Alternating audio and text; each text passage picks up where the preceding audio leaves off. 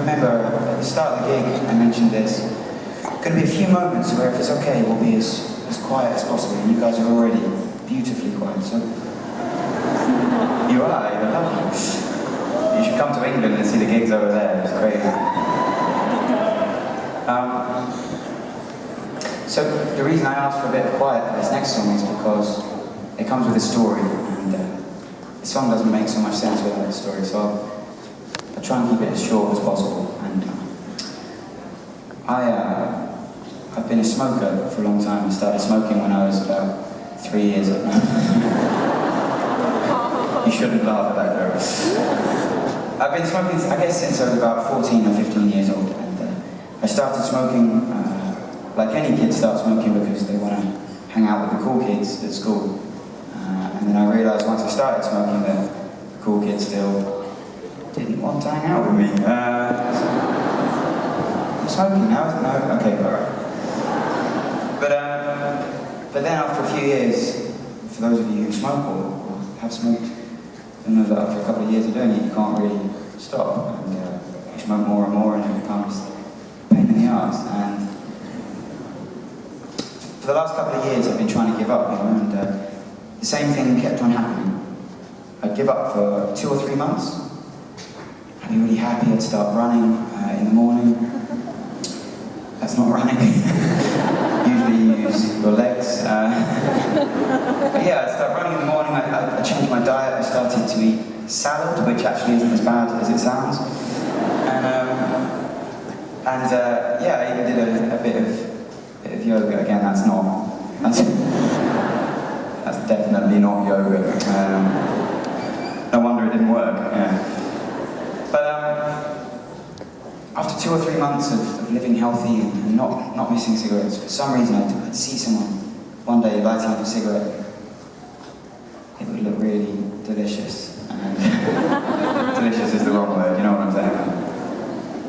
And I'd want one, and over the next few days I'd really struggle. I think about smoking all the time. Bless you.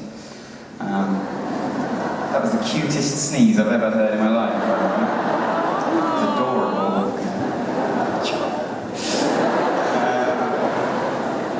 Delightful. Anyway, I've gone off the point now. So, yeah, so I'd struggle for a few days, and think about smoking. After a while, I'd just buy a packet of cigarettes and smoke them and cry in the bath. And it never got that bad. I don't have a bath. But anyway, so this went on for like a year and a half. I'd give up and I'd start again, and I'd give up and I'd start again. I lost most of my friends because I was being so annoying. And it happened one time in America, and I was lying in bed and I was asleep. And I wanted a cigarette so badly that I had a dream about massive dancing cigarettes. I don't know what I'm doing tonight. But yeah, I woke up at 3 in the morning. I was like, this is getting ridiculous. I'm just going to buy some cigarettes. So I got up and I put my clothes on, and I walked to the nearest gas station, which was about 2 miles away. I know, pathetic. And it was 3 in the morning, so there was nobody around. For this whole walk, I didn't see a single human being apart from when I got to this gas station. There was one guy, one old guy, sitting on a motorcycle, you know, big beard, bandana, smoking Lucky Strikes, looking really fucking cool. And I walked past him and I thought, yeah, in my mind, see, that's what I look like when I smoke. Now the cool kids will like me. But anyway, I walked past him and he said the strangest thing to me. He said, this is the best cigarette I've ever had in my life. I thought, this is kind of strange. Like, I've just had a dream about dancing cigarettes. All I can think about is smoking, and this total stranger said that. So I went over to him and I had a conversation with him for 10 minutes that completely changed my life. And this is where the story stops being funny, because he'd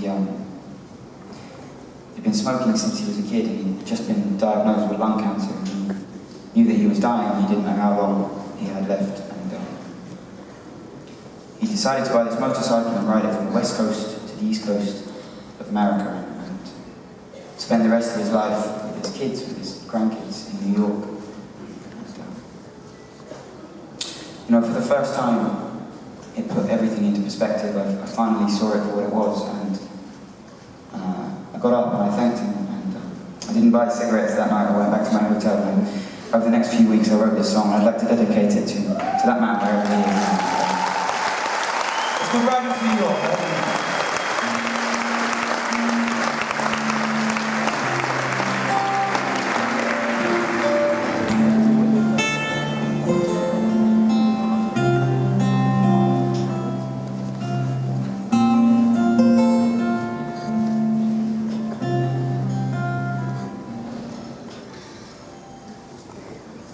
Well, I met him in Minnesota.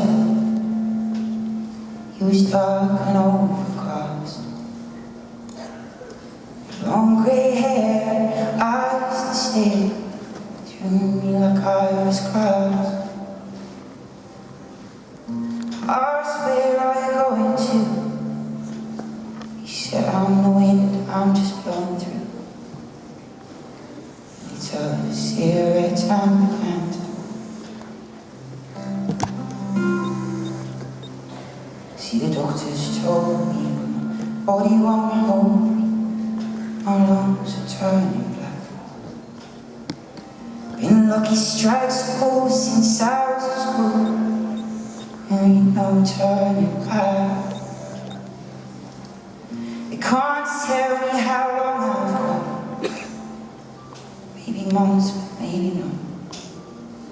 So I'm taking this bike now, riding to New York, 'cause I wanna see my granddaughter one last time. Wanna hold her close and feel her tiny heartbeat next to mine. Wanna see my son and the man he's become, tell him I'm sorry for the things I've done. Do it if I had to walk.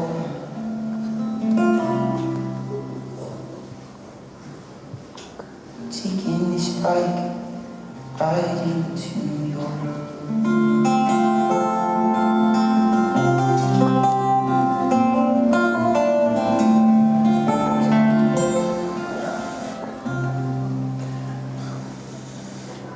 Through the forests of Wisconsin, I knew as a boy, past the skyline of Chicago and the lakes of Illinois. I lay my head in a motel bed, my back gets sore, my eyes turn red. I listen to the trucks roll past my door, to the fields of sunshine paints them gold. I run like a river, rapid, quick and cold. I fly through Pennsylvania and the Jersey Turnpike toll. I won't stop till I get to New York, 'cause I wanna see my grandson one last time. Wanna see his eyes sparkle and stare back into mine.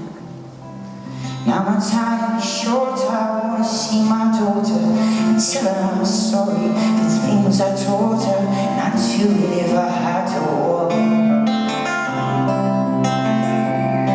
Well, I'm taking this bike and riding to New York.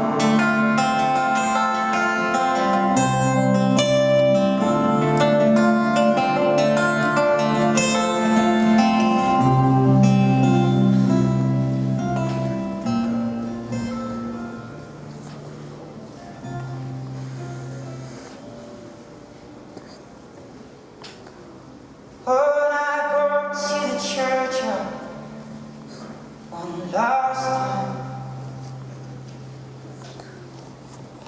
Lay flowers down for the one who gave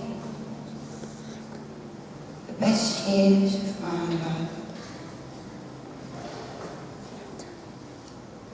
I'd do it if I had to walk. I'd do it if I had to walk. I'm taking this bike, riding